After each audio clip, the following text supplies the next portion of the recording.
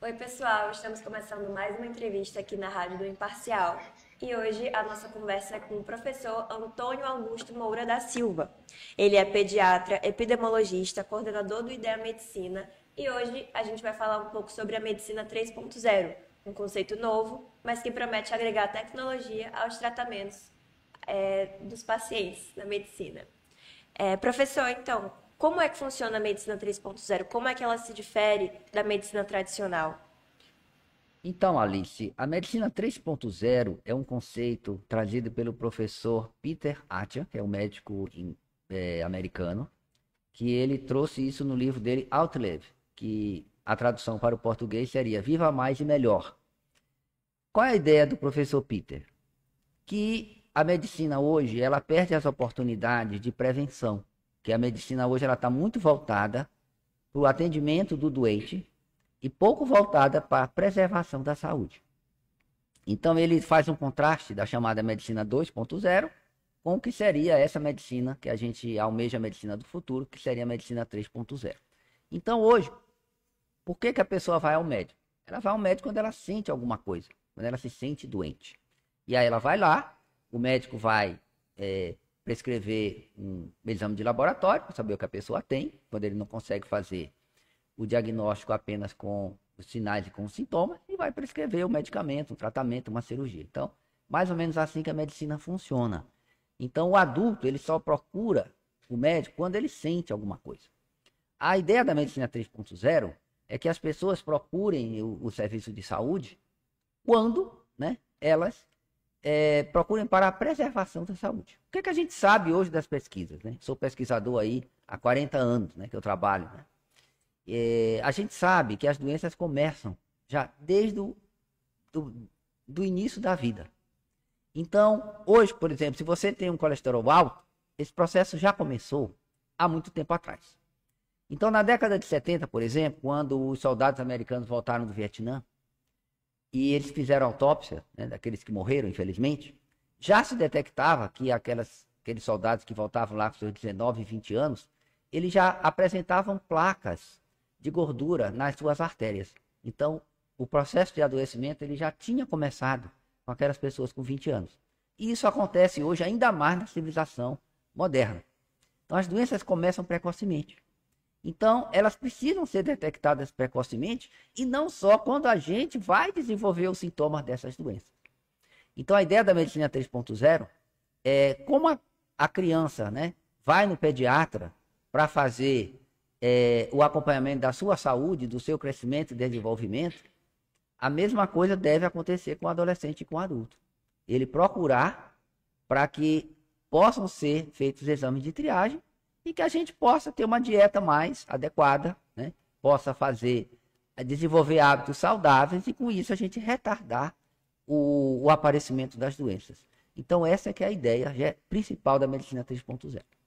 Como é que ela promete mudar a relação entre o médico e o paciente? O senhor, já considerando que é pediatra, acompanha o desenvolvimento da criança, mas depois que essa criança cresce, ela vira pré-adolescente, já não cabe mais ao pediatra. E aí como é que funciona essa transição e essa mudança na relação entre o médico e o paciente? Então, esse é que é o grande desafio, porque as pessoas consideram que quando eu viro adolescente, quando eu viro adulto, é como se eu não precisasse mais do médico, exceto quando eu tiver um problema, né? Só que não é bem assim, porque as doenças continuam se desenvolvendo, né? E o que está acontecendo com a nossa sociedade? A nossa mudança do estilo de vida, né? Nós temos adotado aí uma alimentação muito baseada nos chamados ultraprocessados, né? Que são as comidas industrializadas, né? Que são muita gordura, muito sal, né? Muito açúcar e muitos produtos químicos. Então isso a gente sabe que é danoso à saúde.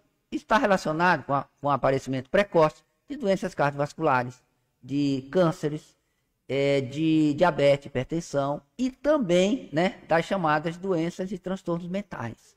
Então a gente sabe de tudo isso. Então é preciso trabalhar precocemente, né, para ter uma dieta mais saudável. E a mesma forma, o estímulo à questão da atividade física. E o médico ele pode contribuir no sentido de realizar exames de triagem né? Temos vários aí. Por exemplo, para saber como é que está o percentual de gordura, acompanhar isso ao longo da vida. E o percentual de gordura aumenta, você tem que mudar a dieta, você tem que fazer mais atividade física. Quais são as atividades físicas mais adequadas para que a gente se desenvolva adequadamente, né? Então, a medicina 3.0 coloca que a atividade física precisa ter um pilar composto de 3 coisas, né? É uma tríade. A gente precisa fazer atividade aeróbica, né, que envolve caminhada, corrida. A gente precisa fazer atividade de força, por exemplo, a musculação. E a gente precisa também desenvolver a nossa chamada musculatura básica, que a gente chama no inglês do core, né? Aonde, por exemplo, pilates e yoga tem um papel fundamental. Então, só quando a gente desenvolve essas 3 tipos de atividade que a gente pode dizer que a gente está fazendo atividade física completa, e isso é um indutor de maior longevidade. A gente sabe disso, né? Por exemplo, hoje a gente sabe que a gente tem que caminhar, foi caminhada, 7.000 passos diários, para que a gente tenha uma vida mais saudável e tenha uma vida mais longeva. Então, as pesquisas mostram isso. Então, é fundamental, né, a medicina 3.0 trabalhar, né, esses aspectos da vida. E não apenas, né, o médico intervir quando a doença já estiver instalada. Sem dúvida. Hoje a gente vê também um avanço considerável nos estudos sobre genética. E aí a pergunta que eu faço é de que forma esse avanço ele contribui para a prevenção de uma possível doença no paciente. Então, a genética, ela parecia muito promissora, né, quando começaram os estudos, né, do DNA, né, e do genoma humano. Ela tem entregado menos do que ela prometia do passado, né, para ser bem sincero com você. Então, algumas doenças bem específicas, a genética tem ajudado, né? Mas mais promissor do que a genética tem sido o desenvolvimento farmacológico que a gente tem vivido na medicina nos últimos anos. Eu gostaria de lembrar aí 2 grandes desenvolvimentos, né? Há cerca de 30 a 40 anos atrás, quando as estatinas foram descobertas, a gente não tinha praticamente uma boa ferramenta para combater o aumento da gordura no sangue, né? Então, as estatinas revolucionaram. Então, além, né, da mudança de hábito que a gente tem hoje, por exemplo, se você muda a dieta, se você passa a ter uma vida menos sedentária, né? E a questão das estatinas, hoje a gente sabe, além do fato de você parar de fumar, né? De você dormir bem, né? A questão da higiene do sono, que são todas as coisas que a medicina 3.0 busca hoje. A gente sabe que a administração também de drogas, ela é fundamental, né, para aumentar a nossa longevidade. Então, por exemplo, se você deixa para ir no médico lá quando tem doença, né, você já está lá com seu colesterol aumentado, já está com a placa instalada, e aí, obviamente, você vai retardar a progressão dessa placa. Se você descobre isso com 20, 30 anos, quando esse processo começa, eu te falei lá, os soldados do Vietnã, né, esse processo começa cedo. E tem algumas pessoas que são fabricadores de gordura. O metabolismo ajuda na deposição da gordura lá na parede da artéria. Então, a gente precisa se descobrir se nós somos esses fabricadores e depositadores de gordura na parede do vaso. Tem pessoas que a genética ajuda. Podem comer muita gordura e não vão quase depositar isso na parede do vaso. Outras vão depositar muito, né? Então, a gente sabe que são traços genéticos aí. Então, a administração precoce dessas drogas, que são as chamadas estatinas, elas vão ajudar na prevenção de doenças. E mais recentemente, né, tá todo mundo acompanhando esse processo, tem um outro grupo farmacológico que se desenvolveu aí nos últimos 5 a 10 anos, que são as chamadas incretinas. Todo mundo já ouviu falar, né? O Ozempic, né? E o nome comercial aí, né? E essas drogas, que são, então, as novas drogas para o controle da obesidade e do diabetes, eu digo que elas são tão revolucionárias quanto as estatinas, se não mais. E a gente está vendo hoje drogas que estão chegando à redução de peso aí de 20%. Eu fui de uma época em que a gente praticamente não tinha muita ferramenta para combater a obesidade. A gente tinha muito pouco a fazer. Aí surgiu a cirurgia bariátrica, que é uma tecnologia fantástica, só que ela tem um custo alto e ela tem efeito colateral, ela é arriscada. Sim. E hoje você tem as drogas, né, que também não deixam de ter seus efeitos colaterais, né? A gente ainda tem um tempo de uso delas pequeno, para a gente avaliar esses efeitos colaterais a longo prazo, né? Mas parece que eles não são grandes. Mas a gente tem, assim, efeitos fantásticos de drogas aí reduzindo 10, 15, 20% do peso já, e umas drogas que estão no início do seu desenvolvimento. Então, hoje, a medicina tem mais ferramentas farmacológicas, né, que administradas precocemente, né, elas podem, né, alterar, né, esse processo, né, de adoecimento do indivíduo, né? Então, hoje, por exemplo, essas drogas, essas novas drogas do controle da obesidade, elas têm se mostrado eficientes não só no controle da obesidade propriamente dita, mas inclusive, por exemplo, na redução da gordura no fígado, né, que a gente não tinha muita alternativa até então, e inclusive, né, no controle de transtornos mentais. Alguns trabalhos têm mostrado isso, né, e até, né, na melhoria de coisas que a gente não imaginava que tivessem relacionadas, né? Então, hoje é um arsenal, né, que está à disposição, né, da medicina, né, nessa ideia da medicina 3.0. Parêntese que eu acho importante a gente, enfim, se aprofundar um pouco, essa questão do Ozempic, que eu acho que ainda existem muitas desinformações sendo disseminadas. E entre elas, uma suposta facilidade na aquisição ou, enfim, na prescrição. E aí eu queria saber, eu acho que é de interesse do público também, como é que funciona? Precisa desse acompanhamento? Qual é o médico especializado nisso? Como é que é? Então, isso é uma questão muito importante, né? Porque até há pouco tempo, essas drogas poderiam ser vendidas sem receita médica. Agora está havendo controle, né? Então, hoje, você só vai poder comprar essas drogas com receita médica. Então, isso já disciplinou aí o mercado que estava meio, digamos assim, anárquico, né?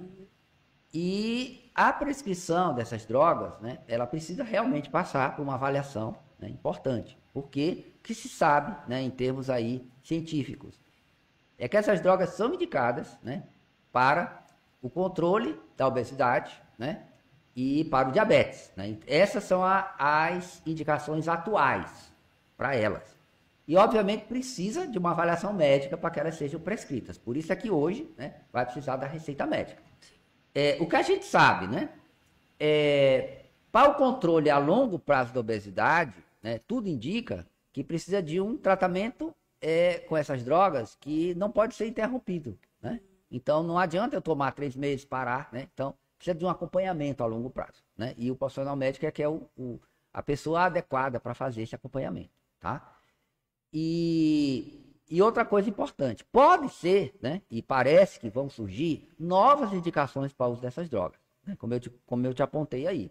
Trabalhos bem recentes estão mostrando que essas drogas têm sido capazes aí, por exemplo, de reduzir gordura no fígado, né? Que é a chamada esteatose hepática, né? E pode ser que essas indicações aumentem, né? E essas drogas passem a ser recomendadas para outras condições. Mas isso ainda tá ainda no terreno da pesquisa. Entendi. Interessante. Um outro ponto que eu queria voltar é a questão dessa prevenção de doenças, que o senhor citou. Os soldados, por exemplo, aos 19 anos já tinham colesterol. E hoje, o nosso estilo de vida, ele é muito acelerado, as pessoas têm cada vez menos tempo, então a gente está se rendendo a um estilo de vida que consome, como você falou, ultraprocessados, gente que não faz exercício físico, e ao mesmo tempo em que a gente tem um diagnóstico precoce dessas doenças, a gente também acompanha elas surgindo, sendo intensificadas, assim. Então, ao mesmo passo que a gente tem um diagnóstico precoce, a gente também tem fatores que fazem elas surgirem precocemente. Como é que você vê isso? Então, eu só queria lembrar, a gente está vivendo essa semana, né, o impacto da morte da Preta Gil, né, uma pessoa jovem, seus 50 anos, falecendo aí de câncer de intestino. Isso mostra, né, como a sociedade mudou os seus hábitos, né? Então, o consumo de ultraprocessados, né, ele está muito relacionado com o surgimento precoce do câncer de intestino, né? Então, isso aponta, né, para essas mudanças, né, de hábito da sociedade ocidental. que tem favorecido o aparecimento precoce de doenças, né? Não só as doenças cardiovasculares. Então, por exemplo, você tem tido relato cada vez mais de infarto precoce, né? Pessoas jovens, né? Está diminuindo a idade que você tem detectado alterações no colesterol sérico nas pessoas, né? A gordura no sangue. Então, esse é um problema da sociedade moderna, né? O que explica isso, né? A genética que mudou? Não, a genética não muda assim, um período de tempo tão curto. O que está mudando são os nossos hábitos. Nossos hábitos de vida estão mudando, né? E o que está mudando, né? A nossa sociedade ela está gastando menos energia. A gente hoje vive com a locomoção usando carro, né? Basicamente carro, ônibus, enfim, a gente praticamente não anda mais a pé nas cidades, a gente se desloca usando meios mecânicos, né? E a gente consome muito alimento industrializado, né? E rico em gordura, né? Substâncias não saudáveis. Tanto por conta mesmo de que são mais gostosos, né? Muito mais fácil a gente comer uma coisa com gordura e sal, é mais lúdico, é mais gostoso, como também é mais fácil, né? Que a gente encontra o alimento pronto, não dá trabalho a gente preparar, né? E também é mais barato, normalmente, né? Então, esses são problemas, né, que a gente tem aí na sociedade, que estão levando ao aparecimento precoce, especialmente de doenças cardiovasculares e câncer. Paralelamente a isso também, a gente tem visto um aumento dos transtornos mentais na sociedade moderna. Então, a gente tem visto aumento de ansiedade, aumento de depressão, aumento da taxa de suicídio, né, especialmente em jovens.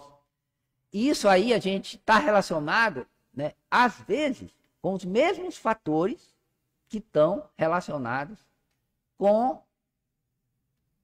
as causas das doenças não transmissíveis. Então, por exemplo, por incrível que pareça, o consumo de ultraprocessados, ele também tem sido relacionado com o aumento dos transtornos mentais, por vários mecanismos. Por quê? Então, um dos mecanismos que eu posso citar para você é a questão da chamada microbiota. Então, deixa eu te explicar aqui rapidamente um mecanismo que tem sido estudado. Nós não moramos sozinhos, né? A gente pensa assim, eu não sou eu. Nós somos uma multidão. Então, deixa eu te explicar isso melhor, né? Dentro do nosso intestino, a gente tem um monte de habitantes. Então, tem um livro até que um cara escreveu, né? Que eu não sou eu sou uma multidão. Por quê? Porque eu, professor Antônio Augusto, eu tenho dentro do meu intestino um monte de bactérias que convivem comigo. Estão lá, se alimentando do que eu como, muitas se aproveitando de mim, algumas para o meu bem e outras para o meu mal, me explorando. Então, a gente chama isso da microbiota. Então, biota porque são vivos, então bio é de vivo, micro porque são pequenos, mas a maioria delas são bactérias que moram lá no nosso intestino. A gente não tem uma ideia, mas o nosso intestino tem muitos metros. Ele é todo dobrado, né? E mora um monte de bactérias ali dentro. Dependendo do que eu coma,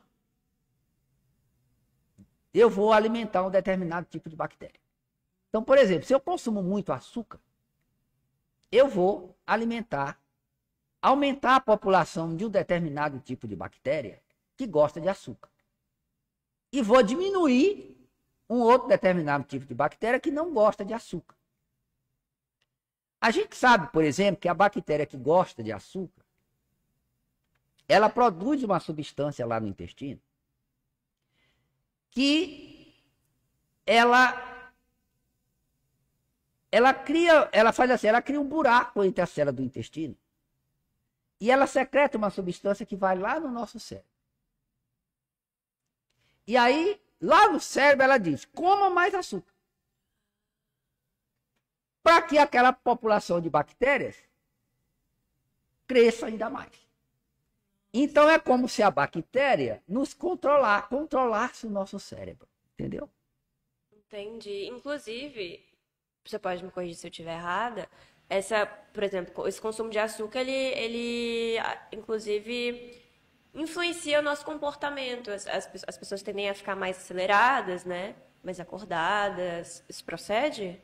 Então, o açúcar gera uma série de comportamentos, né? Eu não sou, assim, estudioso dos comportamentos relacionados ao nível de açúcar, mas o que eu posso te dizer é o seguinte. É como se aquela bactéria nos controlasse, de certa forma, né? Via produtos químicos que ela secreta no nosso organismo, né? E ela vai lá no cérebro e controla. Então isso mostra como é tão difícil a gente deixar de consumir açúcar. Porque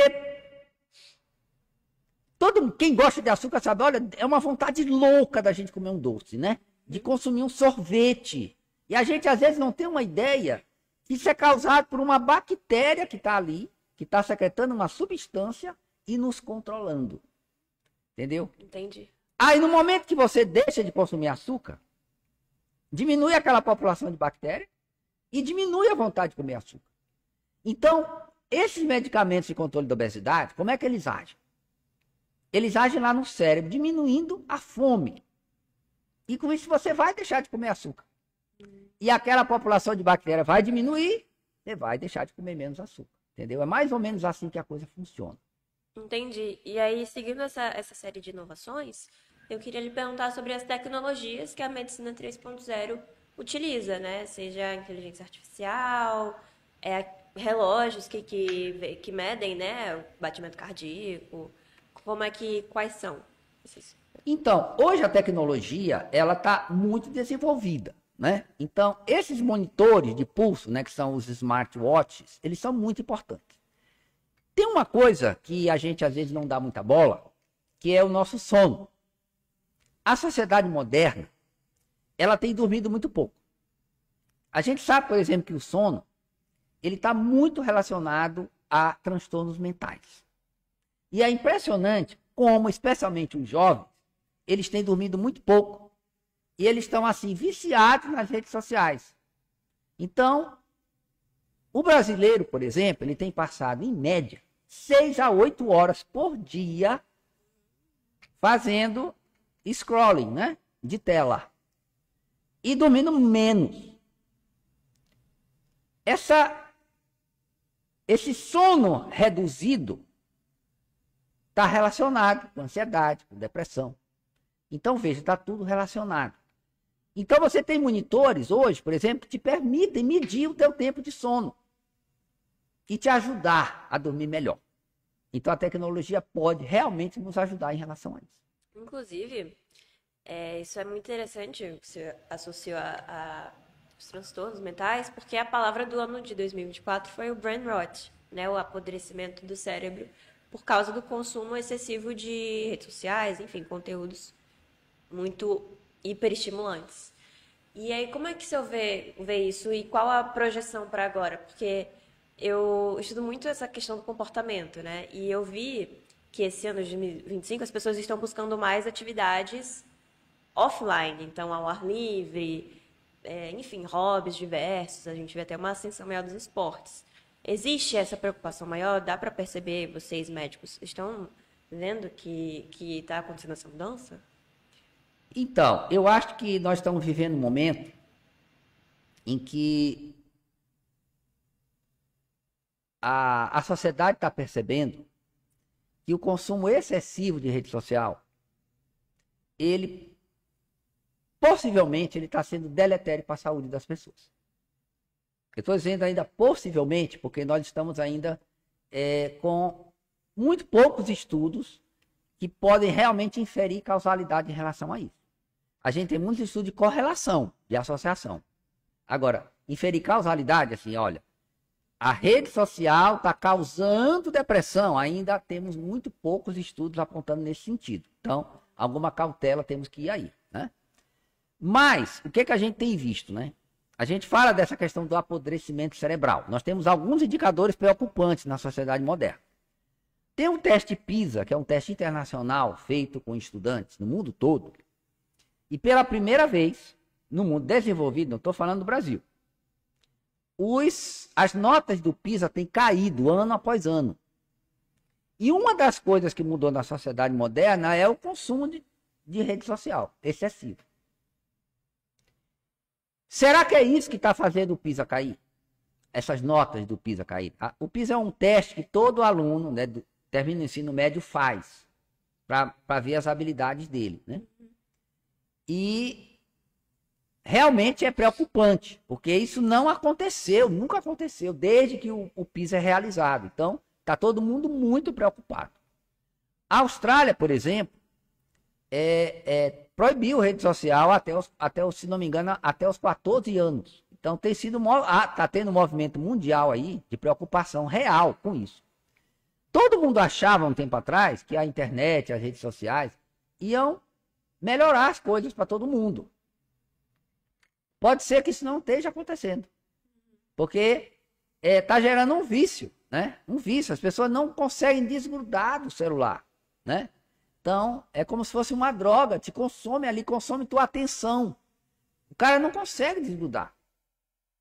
Isso aí está atrapalhando, né? Provavelmente está atrapalhando os estudos e o rendimento escolar das pessoas, né? Então, e isso aí, né, tem uns estudos de um outro pesquisador, que ele escreveu um livro que é um best-seller chamado Geração Ansiosa, que é o Reddit, em que ele faz um paralelo entre o consumo de rede social e o aumento da depressão no mundo moderno. Então, isso são coisas que realmente precisam ser analisadas com mais profundidade, né? Mas é uma preocupação importante, né?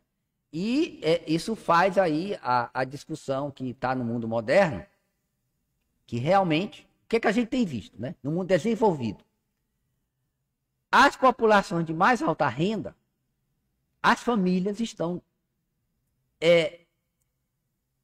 por livre e espontânea vontade, tomando a decisão de reduzir o tempo de tela dos seus filhos. Uhum. Isso independente de regulação. Certo? Não estou falando aqui de regulação, que é uma outra discussão que está no mundo, né? Tem que regular a rede social ou não tem? Essa é uma discussão que está aí. Sim. Mas famílias, especialmente Europa, Austrália, né? Tem até amigos que eu tenho, Estados Unidos, famílias estão tomando a decisão de não dar celular para seus filhos. Ou, quando dão, diminuir, controlar o tempo de tela. Porque eles estão percebendo que esse possível efeito deletério do uso de tela no aprendizado dessas crianças.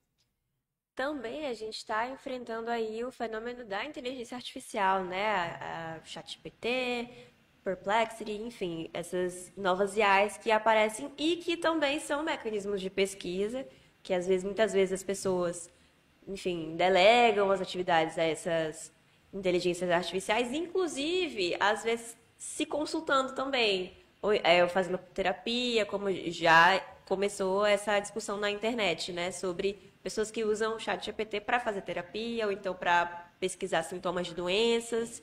Isso é um desafio que a medicina vai precisar enfrentar a partir de agora também, né? Como é que o senhor enxerga isso? Então, o progresso tecnológico ele está ocorrendo de forma cada vez mais rápida. E a humanidade praticamente não está tendo muito tempo para conseguir se adaptar a essa velocidade com que esse progresso está acontecendo. Eu já vi isso no passado, só que agora essa velocidade está cada vez mais avassaladora. A inteligência artificial, ela é uma tecnologia, né, que ela pode ter, né, muitos benefícios, né, quando bem utilizada, e obviamente também, né, ela vai ter malefícios quando ela for mal utilizada, como qualquer outra tecnologia. Concordo. Não é?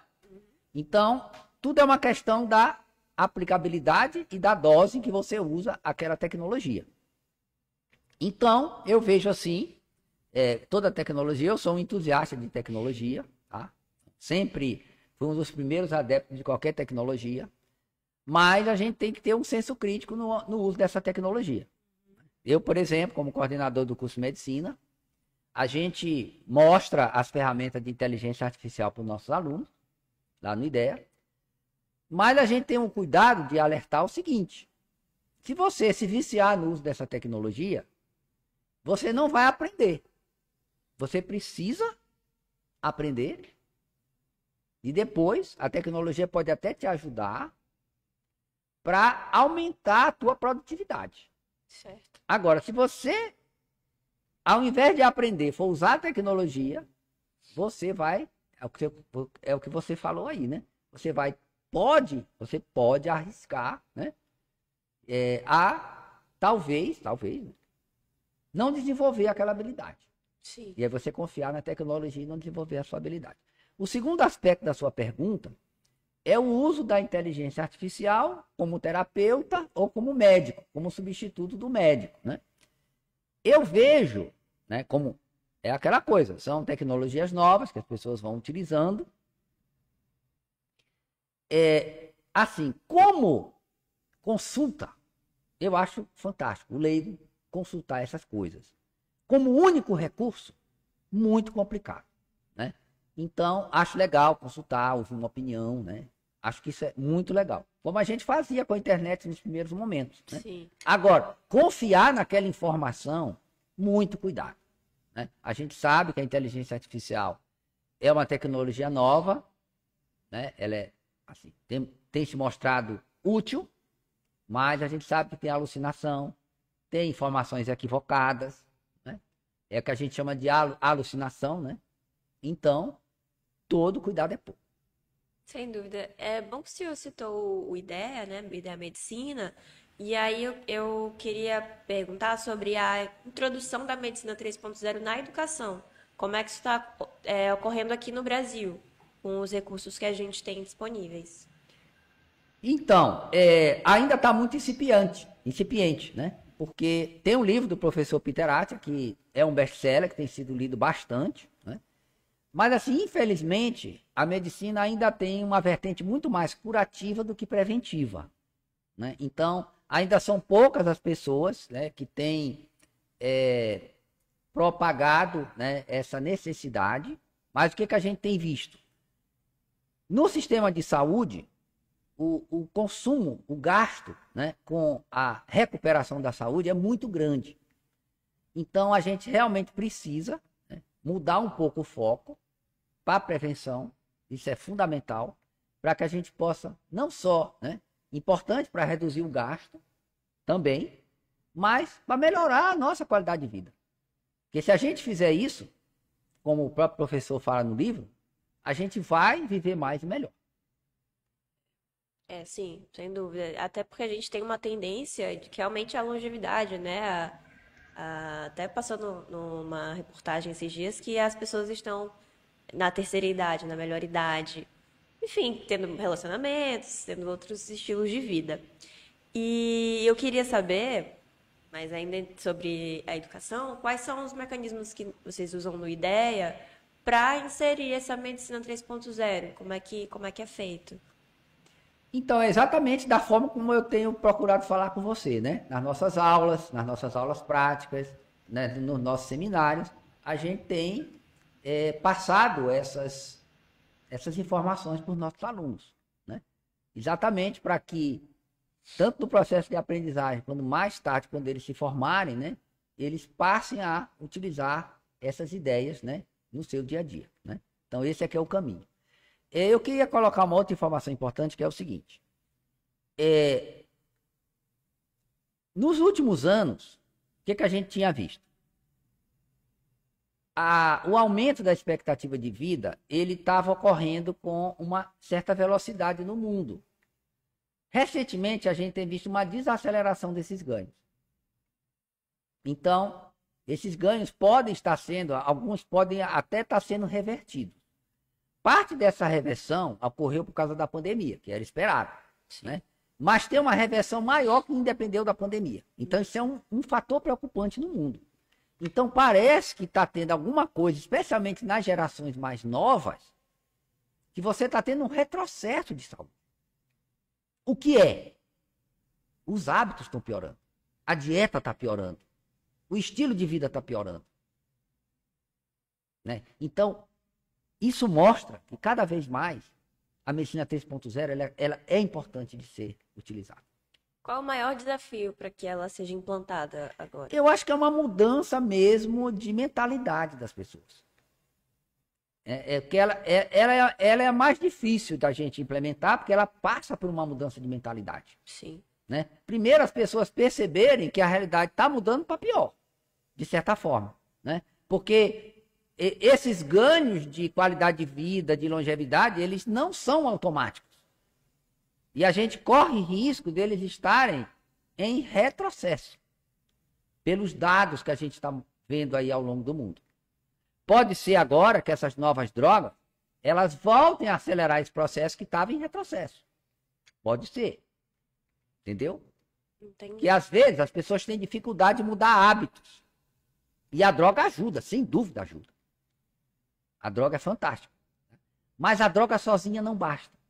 Tá? Então, por exemplo, os trabalhos mostrando o resultado de redução de peso em obesos mostram que se você associa a droga com dieta e mudança do estilo de vida, o resultado pode chegar aí a 25% a 30% da perda de peso, praticamente já chegando perto dos índices que você perde com a cirurgia bariátrica. Só com a droga sozinha, você chega lá no 18, 20. Entendeu? Então a droga não exclui. Porque às vezes a pessoa pensa, eu vou tomar o Ozempic, eu não preciso mais fazer dieta, eu não preciso mais fazer atividade física. Não. O resultado não vai ser o mesmo. Tem que combinar as coisas. Né? Sim. Enfim, é aquela velha história, né? Sem esforço, não tem recompensa. É verdade. Então, o senhor diria que a gente está em que passo da medicina 3.0, né? O que falta para as pessoas terem essa tomada de consciência de que precisa procurar um médico não só quando tem doença, quando sente alguma coisa? Eu acho que nós estamos numa fase ainda muito incipiente. Né? Eu acho que ainda muito poucas pessoas estão tendo ainda o conhecimento de que esses ganhos que a gente tem em termos de saúde, né, eles podem estar retrocedendo. Então a gente ainda está vivendo uma fase de choque. Então quando a gente vê, por exemplo, Preta Gil falecendo com 50 anos, a gente toma um choque. Sim. Que não é uma coisa esperada. Porque, é uma exceção. Não, não é. Está acontecendo muito mais do que deveria. Então alguma coisa está diferente. Então, primeiro é perceber isso, tomar consciência disso. E segundo é a mudança de mentalidade, que esses processos sociais são muito lentos. Uhum. Demoram muito tempo para acontecer.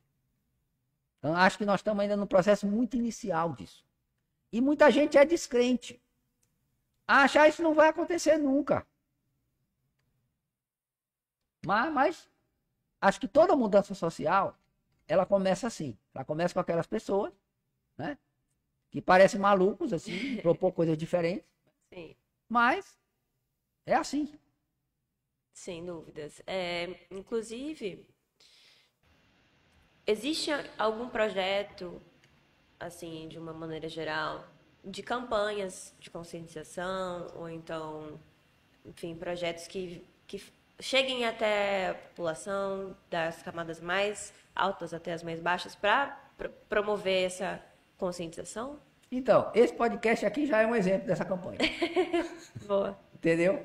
E aí, quando a gente trabalha lá no nosso processo educativo, dentro da faculdade, é um outro processo que vai acontecendo, né? Sim. E é assim, né? A publicação do livro do professor Peter Attia é outro, né? Sim. E assim, existem, por exemplo, tem um outro professor norte-americano que ele montou uma faculdade de medicina já toda voltada para a ideia da medicina 3.0. Então, existem iniciativas no mundo já voltadas para isso. Tem acontecido. Sim, para a gente finalizar nossa conversa, o senhor tem alguma recomendação ao público? Quer deixar alguma mensagem para que eles, enfim, procurem mais conhecimento sobre isso? Então, eu acho, né, que, de maneira geral, hoje, a sociedade moderna, ela tem muito mais acesso à informação. Então, muita coisa as pessoas sabem. Né? Então, acho que todo mundo sabe, né, a questão do ultraprocessado, a importância de manter uma dieta equilibrada, a importância da atividade física na vida, a importância de você ter um sono equilibrado, a importância de você evitar fumar, né? Evitar o consumo de drogas, outras drogas, né? O abuso do álcool é uma coisa danosa à saúde, né? A consulta regular ao médico, né? Que aí a medicina 3.0 entra, para você poder saber se você tem colesterol alto já desde os 20 anos, que tem gente que já tem colesterol desde os 20, precisa tomar remédio desde os 20, né? Se tem risco de diabetes precoce. Então, assim, qual é o recado que eu daria? Dê uma olhada das doenças na sua família. Aí a gente volta na questão da genética. Tá? Então, seus pais, seus avós, eles têm diabetes, hipertensão, eles têm colesterol alto. Você tem 20 anos hoje. Se seus familiares têm, você já pode estar tendo alterações. E você já tem que começar a pensar na medicina 3.0. E aí, como é que funciona? Eu vou buscar check-up, procurar um médico, clínico? Eu não gosto do check-up, né? Porque o check-up é aquela coisa indiscriminada, né? Uhum. Check-up é eu fazer exame para tudo. Não. Aí eu vou ter que procurar um profissional, né? E aí ele vai ver quais são as áreas que eu preciso fazer uma triagem específica. Então, buscas específicas. Então, por exemplo, eu tenho na família um familiar com hipertensão. Aí eu vou ter que ter uma busca específica para a questão da hipertensão. E assim por diante. Tá? Eu tenho uma história familiar muito ruim para um determinado tipo de câncer. Então, eu vou voltar ao meu direcionamento para aquela triagem específica, entendeu? Entendi. Então, o check-up, é aquela coisa geral. Não, não é aquela coisa geral. Tá? Mas assim, o alerta as doenças não começam quando a gente sente, quando a gente fica doente. Elas começam bem antes, né? E a gente tem que se cuidar para identificar elas antes. Quanto mais cedo a gente identifica, né, os chamados, a doença antes dela se instalar, mais chance a gente tem de viver mais e melhor. Essa é que é a lição principal da medicina 3.0.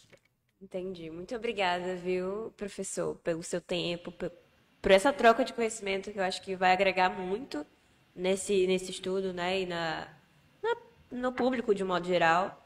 Então, aqui, mais uma vez, o meu agradecimento. E é isso, galera.